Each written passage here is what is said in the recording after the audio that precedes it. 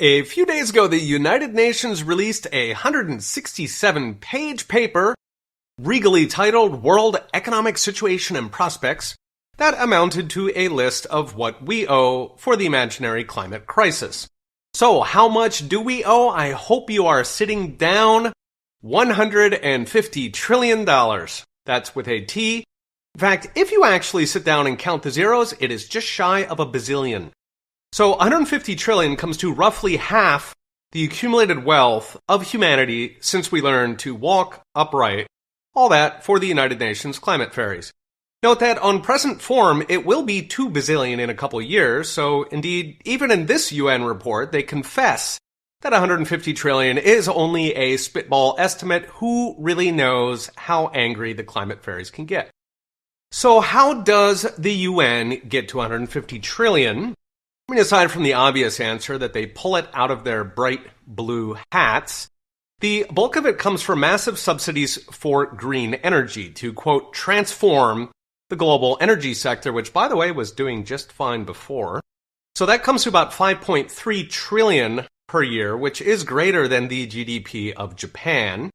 And they want that for 50 years. Now, if you actually tally that up, it's 265 trillion, not $1.50, but who is really counting at this point?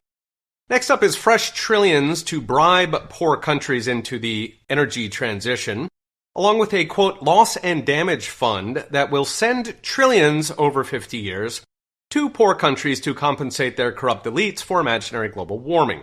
Finally, the report pushes a rerouting of existing development money to climate, so essentially starving things like highways or railroads in Africa that could bring farm products to cities, and instead waste it on giant solar concentrators that rust in the jungle.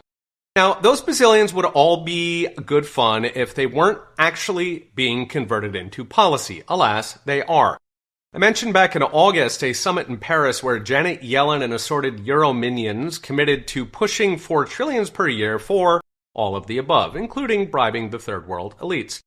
The irony, of course, is that voters do not want any of this.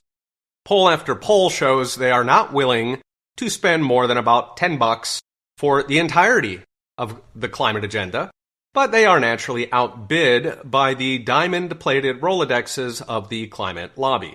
So what's next? Brought to you by Unchained.com. Like all cancers, the trillion-dollar climate cancer has one overarching goal: to feed. To absorb fresh trillions and plow them into buying yet more friends and influencing yet more laws. The easy solution is cut them off. End the taxpayer siphon and let climate products compete for customers like every other non-corrupt industry is supposed to. Of course, that will not happen because the climate lobby has some very deep hooks in the global corporatist uniparty, and they will fight tooth and nail, even using our own tax money and police against us to keep it growing. Okay, we'll be watching. See you next time.